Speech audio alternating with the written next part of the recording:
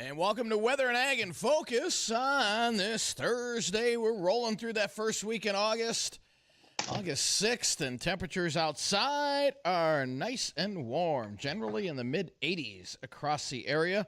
Slightly cooler weather out to our west in the mid-70s, but most everybody hugging that 80 to 85 degree mark. I'm Chief Meteorologist Dean Wysocki, along with our Ag Director Bridgette Readel.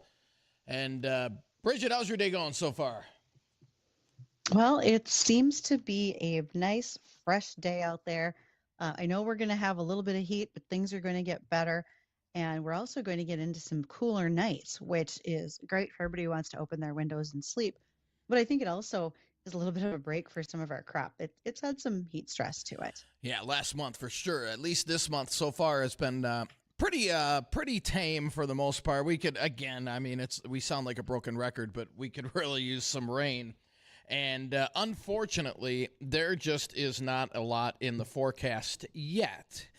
And I'll tell you more about that in a bit. But today we're looking at still a lot of sunshine out there and breezy southwest winds gusting over 20, 25 at times, with highs pretty close to 90, depending where you're at, but right around there. And again, those southwest winds a little gusty. A cold front comes through tonight. It's going to come through dry, though, so that means no precip. We'll have a few clouds with it, partly cloudy, lows down to 60 with winds turning to the north-northwest. And Friday, a breezy, sunny, cooler day, upper 70s with a northwest wind at about 15 to 25. And then starting out the weekend, we warm it up into the mid-80s on Saturday, and it looks like low to mid-80s on Sunday. There is a slight chance for rain coming in Sunday night. Models are trying to back off on that now, so we'll see how that goes Sunday night into early Monday, with temperatures remaining in the low 80s. There's still very strong signals, and Gary was talking about this yesterday. From mid-month onward, that's when it looks like our rain chances increase. And our long-term models are now agreeing with that right around mid-month, we're going to start to warm things up, and we're going to get right on the edge of that heat dome. And typically when you get on the edge of that heat dome, you're going to get those thunderstorm complexes riding along it. And that's what we're looking, that looks to be the setup as we head mid-month to the end of the month. So at least our rain chances should be increasing mid-month onward. And let's hope that holds through, but looks like it should. And like Gary was saying yesterday, Bridgette, from middle of August through the end of September, at least we're looking at near normal rainfall instead of well below where we have been over the last 2.5 months. So at least there's good news on the horizon, but let's hope that, like Gary said, we don't get a heavy rain during harvest time. That would not be good timing. After the show yesterday, I had a chance to talk to one of our listeners up in the Trail County area. Mm-hmm. And he said, look, if we get rain and it's not 4 inches at a time, that's going to be helpful, right? That we can kind of work our way through. It's when we get these heavy downpour rains that just take us by surprise and hold us back from harvest and so forth for far too long. So if it comes in a reasonable amount of time, our subsoil is very dry. We'd be able to take that in. We just can't have 4 inches of rain in 45 minutes. That's a little bit difficult on all of us. And, sometimes, I mean, that's the way these thunderstorm complexes have been so far this summer. They're A, hit and miss, and B, if you get caught under them, you're getting a couple inches of rain in a half hour. So hopefully, and that, the systems like that tend to diminish a little bit. You have less and less of those thunderstorms, those heavy thunderstorm complexes as you head into fall. So you get more of a widespread rain event, more than likely as we head into September, middle and end of September. So absolutely, at least we've got hope on the horizon. I also took a look because we have we were talking about this yesterday. Very strong El Nino that continues and will continue through this upcoming winter. So I went back and looked at the 3 strongest El Ninos that we've had, 82-83, 97-98, and 2015-16. All three, and this is, we're disregarding the LRC, but just with the El Nino, we had every year we had a wet fall. October and November were wet. Once we hit December, January, and February, 2 out of the 3 were drier than normal. So and warmer than normal as well. So you could take that as a grain of salt, but odds are it's a wet fall turning into a dry winter. Now, that's not factoring in the LRC, so we'll have to see exactly what that pattern looks like October through middle of December to get an idea, at least stormy-wise, what we're looking at for the rest of the winter. But temperature-wise, it leans toward a warmer than normal winter. We'll see. Well, it'll be interesting to watch. Well, because we've had that. We've had warmer, but we've still had, maybe we get a fair amount of snowfall. Sure. It just melts a lot. Yep, exactly. As long as we can get the moisture and the snowfall, that would work. So, and again, like Gary said, it's the El Nino does play a very important part, but it's just one part of the atmospheric puzzle. The LRC is the bigger piece. So, yeah, we'll wait and see. Hopefully that polar jet is energized and not locked up north, because if it is energized, that tends to give us stormier conditions. So that's going to be a key role. The El Nino, the polar jet, and the LRC, those three things are going to play a big, big factor in this upcoming winter. So we'll see how it unfolds. Well, I look forward to watching those results come around to see what that does for us. Mm-hmm. Well, now, speaking of things that we can't wait to watch and see, that one of them is going to be next week, Wednesday, August the 12th.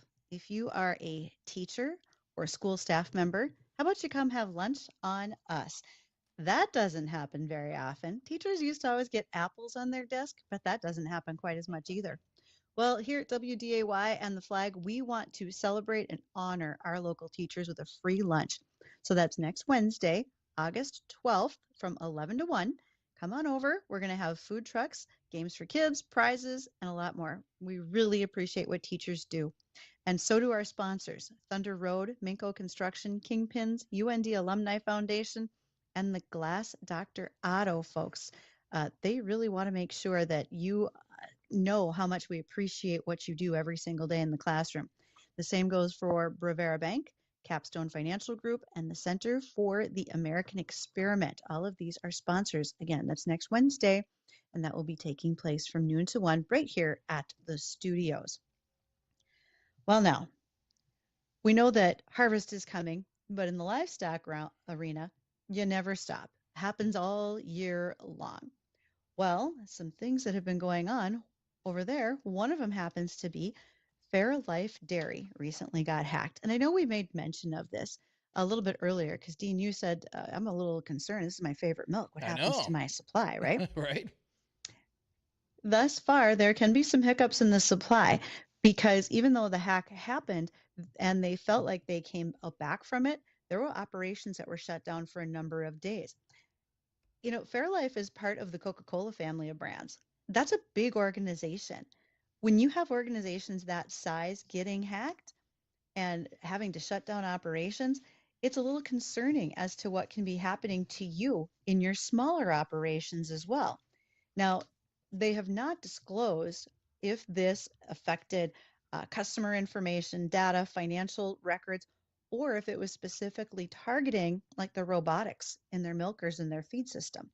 So we don't know exactly what that looks like as of yet, but we do realize that food and agriculture companies are going to be continually vulnerable. There is the time sensitivity, the operational technology, the limited IT resources, especially in smaller operations. Farms and agribusinesses are a high-value target. We talk about this consistently when we visit with Chris Sherman of Tech Support Farm because it's true. They are out there looking for us as far as an industry and looking to take the dollars that you have earned or that are part of your operation right out of your hands. In fact, I had a discussion with a veterinarian from North Carolina last week. Thought he got a call from his bank. Seemed legit, started answering the questions that there were attempts being made to hack into his bank account. And then some of the questions got to the point where he said, this just out of my realm. I'm going to need you to talk to my secretary, my bookkeeper. And she got involved in the conversation and said, this is fake. By the time they realized it and stopped the situation, That operation had lost $98,000.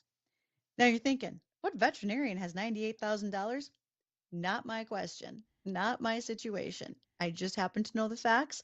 And I would say that we all have to keep an eye on what's going on with our accounts, what's going on with our cybersecurity, because as we see dollars, especially coming from government payments, this is a possibility that we're going to see more attacks like these happening on a regular basis. And Bridgette, go ahead, Bridgette. Go ahead. I was going to say, keep up with us all through the day with questions on the JLA Insurance phone line, especially because we just saw that USDA has indeed extended the crop insurance payment deadlines. We'll talk about that today. And you can go ahead and reach us on that JLA Insurance phone line at 701-293-9000. But with what happened with crop insurance, you're going to want to talk to Nate Thorsrud over at JLA Insurance directly, and he can help you. You can be watching all the action today on the Lighthouse Commodities live stream, Facebook, YouTube, and Acres TV. And Bridgette, I had a question from one of our listeners, and I didn't have an answer. I had a guess, but I didn't want to give him a guess answer. So he asked me in terms of the brand, I believe it's Eggland's Best Eggs, how they promote higher protein, higher vitamins in their eggs, and he's like, why is that? I said, well, my guess is it has something to do with what they're feeding the hens. I said, but I will ask Bridgette to make sure. So, what is the case? When they're talking about that, yeah, they're talking about the extra protein and so forth. You are exactly right. It has a lot to do with the animal's diet. It's not that they're doing something magical in breeding, etc. It has to do with what they're doing to feed that animal. And Eggland does a fantastic job. They have their hens on an incredibly strict diet that really, at the end of the day, is very beneficial to us as the consumer for that. Egg as well. What would be the difference between that and farm fresh eggs? Any difference? So farm fresh eggs mean that you're probably buying from somebody local, right? And that you are taking them direct from the farm without them maybe being washed, being handled by a middleman who's washing them, putting them in cartons, distributing to grocery stores, right? So a lot of times the eggs that you see in the grocery store have been washed, the bloom is gone, and that way they have a shorter shelf life. Personally, I have an egg lady down the road, and she's really kind to bring me 2 dozen every week. She doesn't wash them. I've had chicken feathers show up and some other miscellaneous items. But the nice thing is, I know that my eggs are good in the fridge from her for probably a couple, 3 months. In fact, the U.S. is one of the few countries that refrigerates their eggs. Most of the European countries, if you have fresh eggs that haven't been washed, they sit on your counter. Oh, interesting. Okay.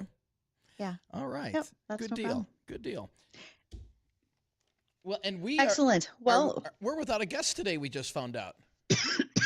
We did. They had an emergency pop up, and that's okay. Sometimes those things happen, especially when you're going to talk with folks that are in the equipment business. That means there's a breakdown somewhere, and that's far more important to be taken care of.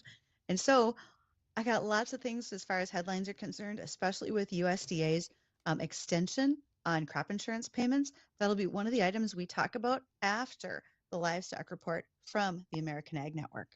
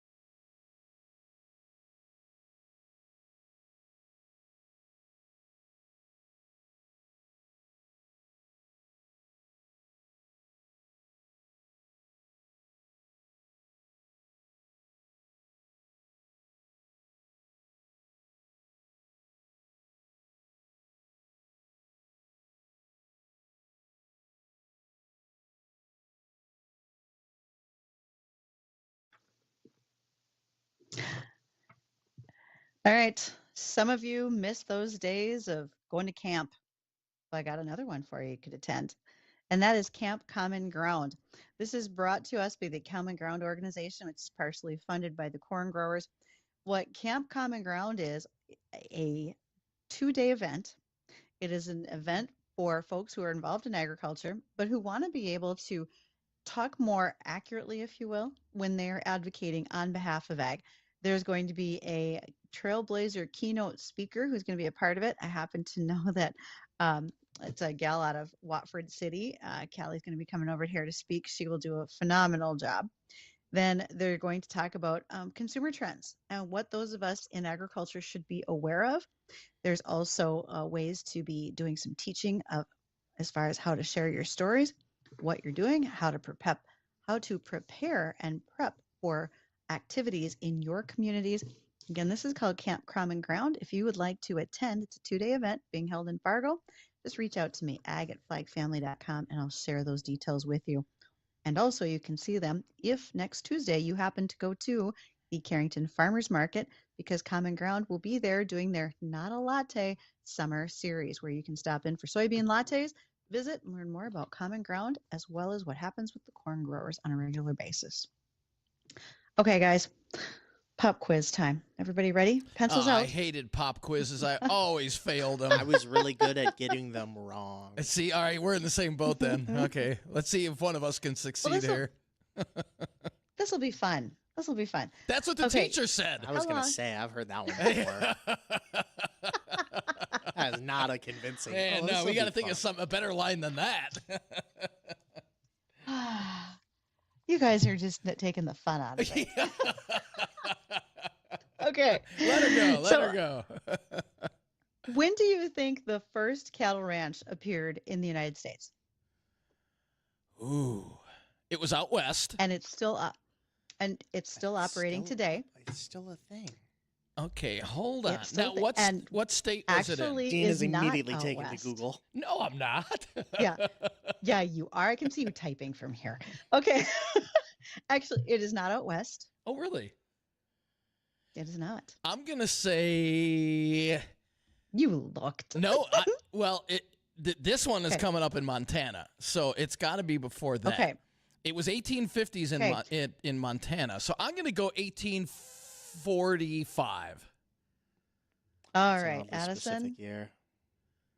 I don't know. I don't really have a guess for this. I don't want to say anything incriminating on air, but I took a lot of good naps. I didn't prepare for this.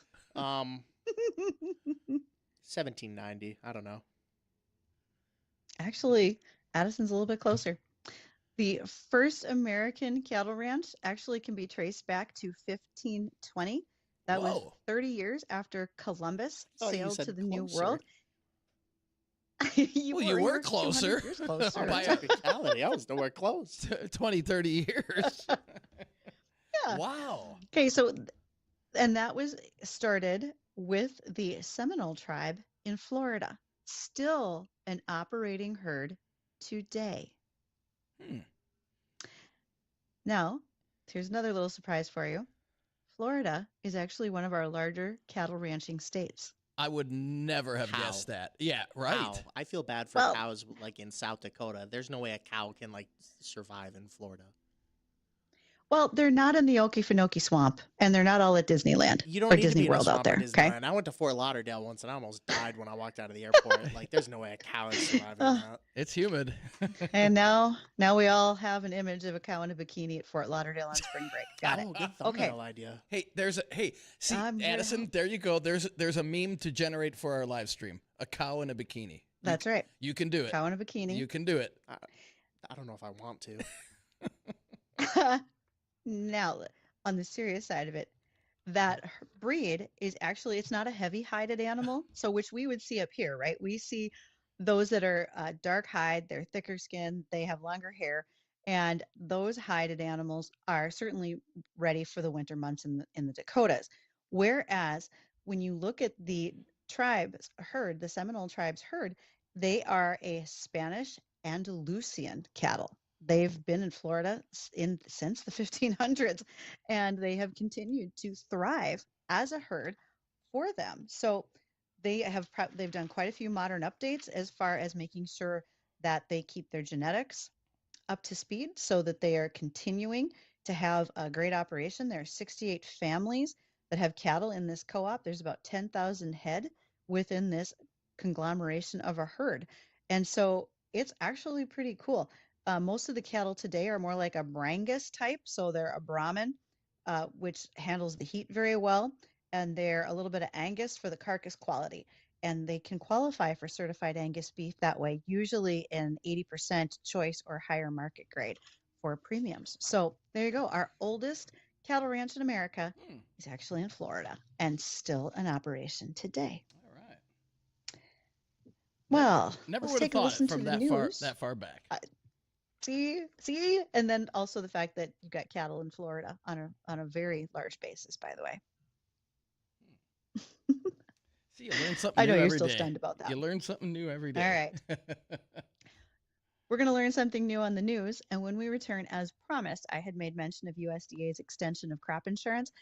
First of all, you're going to want to know the details. Second of all, I'm not a crop insurance agent. Nick Thorsrud is. So you're going to want to make sure that you talk with him when it comes to the crop insurance situation. And he brings us our phone line, 701-293-9000.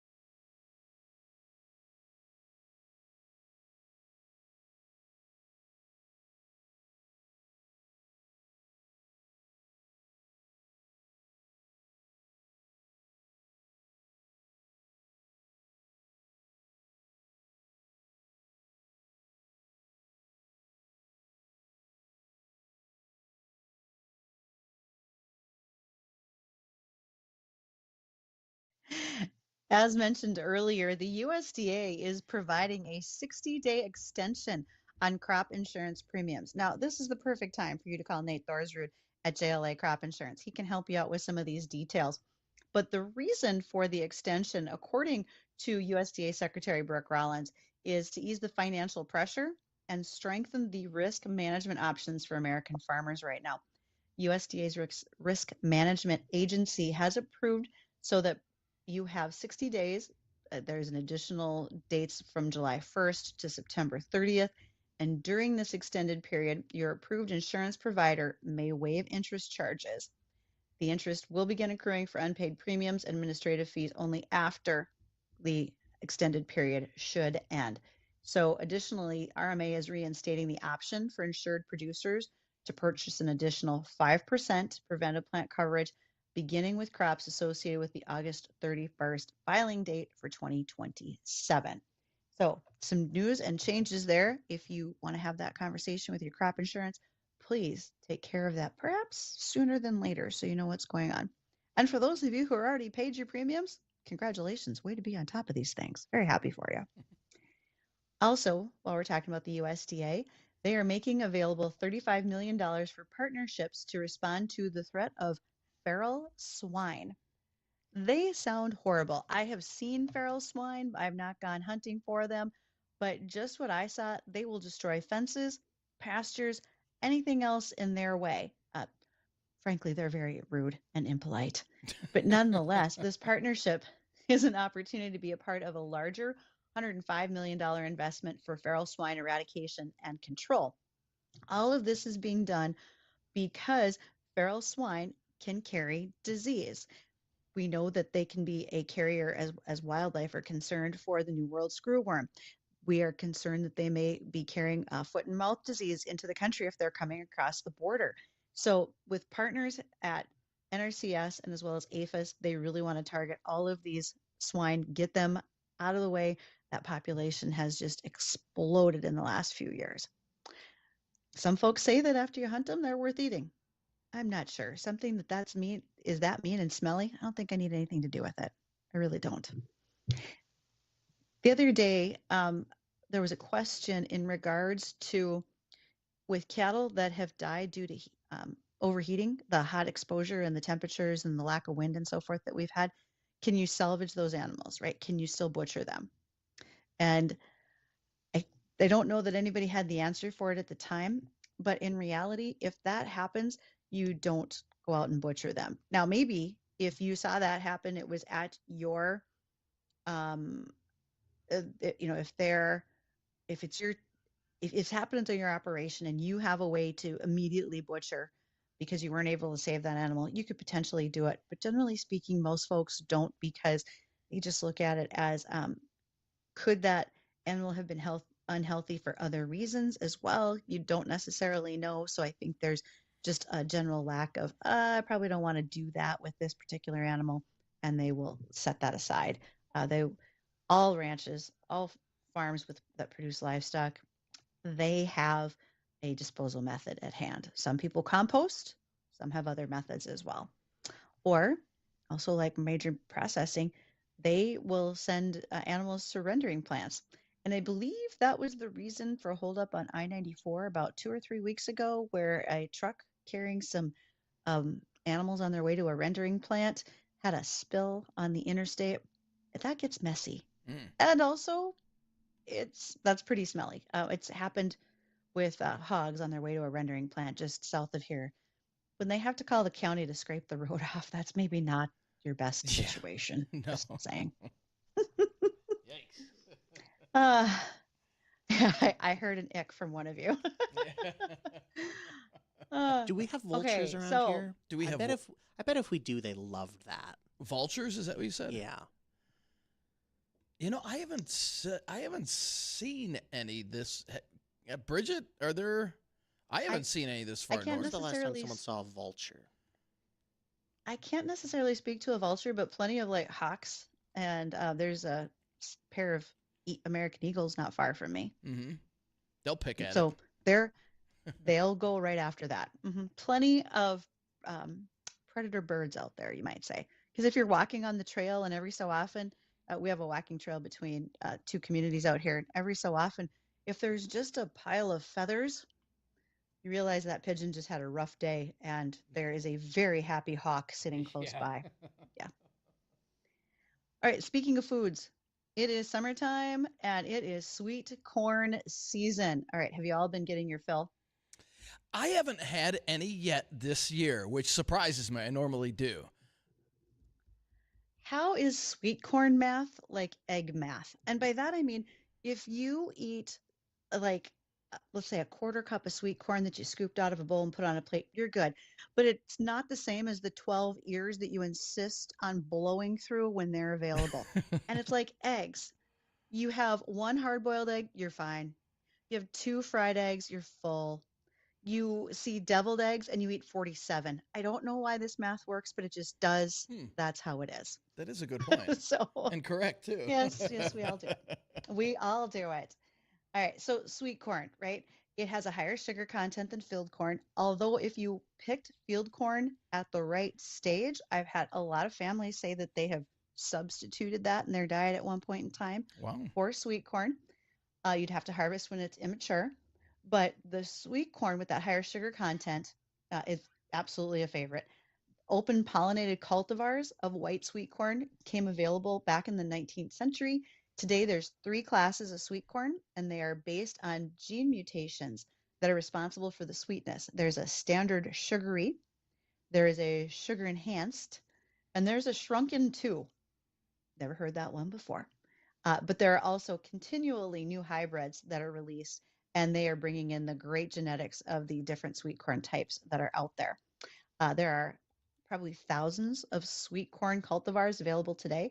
The 2 that people love the most, one is called the Country Gentleman, and it was introduced in 1890 by South Dakota seed company Woodruff and Sons.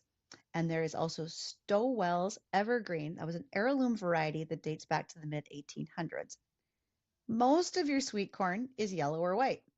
But corn comes in other colors. You can get sweet corn that has black kernels, red, blue, purple, green, and even pink. And certainly we all know that there's bicolored corn, so you'll see yellow and white kernels on the same cob, but there's a whole rainbow of more that you can find. And sweet corn may have more sugar than field corn, even though it's a very small amount. There's really only 5 grams of natural sugar in a medium-sized ear of corn. And an ear of sweet corn has less than 1/3 of the sugar in a banana and about 1/5 of the sugar in an apple. So we're blowing away a bunch of myths. In case you couldn't tell, humans can't actually digest corn. Anybody know why? Why? You're right, and well, we all know why, but we all know that's true. We all know that's true, but why? Why can't we? We all know the evidence. How's that? We all know the evidence. There you go. Corn kernels are actually seeds, and the interior of the kernel holds the germ, the corn embryo, and it's surrounded by the starch. And even though that's the tasty and nutritious part, the outer shell, that hull, prevents us from being able to break it down in our digestive systems. So there you go. That's why. And as much as you like those 12 cobs, it has no nutritional benefit to us whatsoever. Yeah. But we still eat it. What's the best corn on the cob you've had? Like as far as how it's prepared or the hybrid? The hybrid, and from where did you get it, from a local farm or? It's hard for me to know what the hybrid is because there are so many folks that plant it and just say, drive by, grab a few. So I don't always know, but there's Peaches and Cream is a really popular hybrid that people plant in the area.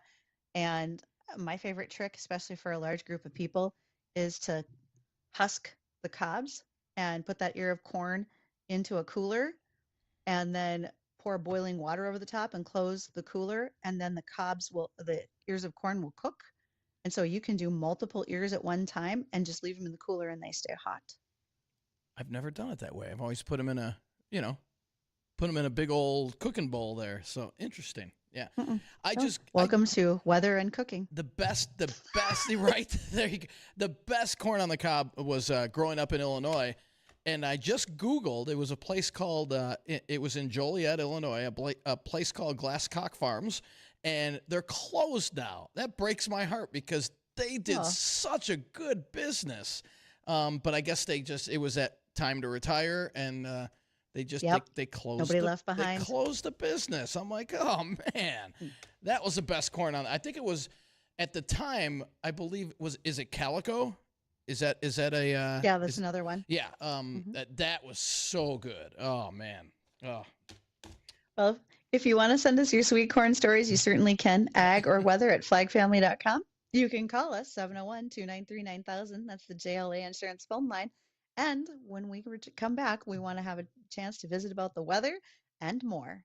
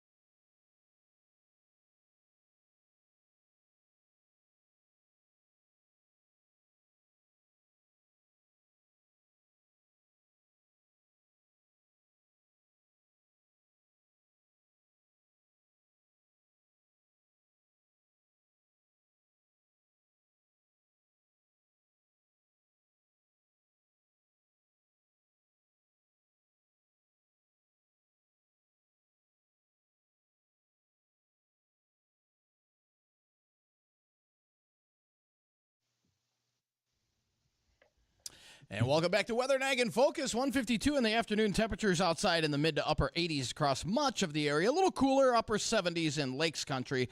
Been a little bit more in the way of cloud cover out there. But we're going to make it up most areas today. Upper 80s to near 90. Again, temperatures probably in about mid 80s in Lakes Country. It is on the, a little bit on the windy side. We've got southwest winds at about 15 to 25 and a little gusty. Now, a cold front will swing through tonight. Unfortunately, there's no precip associated with that cold front. It's just going to shift our winds to the northwest and bring in cooler weather. We'll drop down to 60 tonight. The cooler weather arrives tomorrow with highs only in the upper 70s and still breezy conditions this time out of the northwest at about 10 to 25. Then we'll warm it up a little bit for the weekend. Looks like low to mid 80s on Saturday, low to mid 80s on Sunday. And then there's a slight chance, about 20 to 30% chance of a few showers or thunder showers Sunday night into Monday morning. And this weather's been brought to you by the Hot Tub and Sauna Store. Do you have long days at work, or maybe you've had a rough outing at the gym, maybe a long day on the golf course? Nothing is better than sinking into a brand new Caldera spa. I love mine. I'll tell you what, again, after a long day on the golf course, when you have a bad back, sink into that hot tub for pure comfort. They're super efficient energy use and easy saltwater maintenance. You come home to that, you relax, you sleep better at night. It's great for your health. Check it out at the Hot Tub and Sauna Store. It's over by Costco in West Fargo. And, just working with Vinny, just ask for Hot Tub Vinny when you walk in, and you'll get a great deal from Vinny. Everybody knows Hot Tub Vinny, right, Addison? Did we lose Bridgette? I think we did. We lost Bridgette. So we lost Bridgette, and we lost our guest. We don't have a hot tub here. And we don't have boy, it would be nice. It would be nice. That would improve morale dramatically. Yes, it would. Well, with Bridgette gone, let's recap. If you did not catch our Weather and Ag and Focus edition yesterday, we did have Gary Lezak on, and we were talking about how dry it's been, obviously. Now, there's been pockets of our area, Ellendale, Oaks area, down towards Sisseton, where there's no drought conditions. But literally, the rest of the state is in drought conditions. And we don't see that really getting any better here over the next 10 days or so. However, like Gary said, according to the LRC, from mid-month, we're going to start to get into a little more active pattern. Now, are we going to erase the drought? No, we're not. But from middle of August all the way through the end of September, the forecasts from the LRC indicates that we're going to see near normal rainfall amounts from for most of the eastern third of the state into western parts of Minnesota. What does that mean? About 5 inches of rain between middle of August and end of September. Now, that sounds like a lot, but it's actually pretty close to normal. So at least it's better than what we've been through over the last couple of months. So if you're looking for that moisture, again, things will start to improve after mid-month. And even our long-range models, our American model, our European model, all indicating that pattern change coming mid-month. I think it was between the 15th and the 21st, a couple of potential for decent rainmakers around the area. So we'll see how that irons out. And like Gary said, September as well. We'll see at least a return to normal rainfall across the area. So fingers crossed, we need to replenish a lot of moisture out there as dry as it's been. And as dry as it's been, going to push us towards harvest, right? Right. And we actually, even though we weren't able to visit with Opie Kelly from the Claas Greenpoint store in Jamestown today due to something happening over there for them, a little emergency, they do want me to let y'all know that they have a combine clinic in Rosse on Tuesday. That will be August the 11th. That's from 9 a.m. to noon. It'll be held at Nordic Farms. And then Clearbrook, Minnesota, they will be hosting theirs the next day on August 12th, also 9 to noon at the Robert Johnson Farm. For those of you who are curious and you would like to look at one of the Claas combines, you've got questions, you want to fine-tune your settings, feel free to email me, ag@flagfamily.com, and I can get you connected with the right people for that combine clinic for Claas. Probably going to be pretty good. Take a peek at what they're doing over there. Cool. I would. Cool. Yeah. All right. And then lastly, over in Canada, the wildfires we know have been a lot. They've had floods, tornadoes, hailstorms, the whole thing. But believe it or not, they're seeing one of their best crop conditions in a decade this far through their growing season. The extreme weather hasn't calmed down on them, but they've had a years-long drought that finally started to ease because they had bountiful spring rains. And the warm summer weather has really sped up their development. The 120 million acres of prairie farmland produced the world's largest canola crop and is often the largest source of spring wheat. They are the main supplier of a myriad of global crops, including lentils and mustard. So if you're wondering where that comes from, it comes from Canada, and their supply is looking very, very good. Good. And what part of Canada, Bridgette? A lot of that's happening on the prairies. So if you think of the Manitoba and Saskatchewan and Alberta prairies, that's where that primary crop development happens. Okay, because it's been pretty dry up there too, if I'm not mistaken.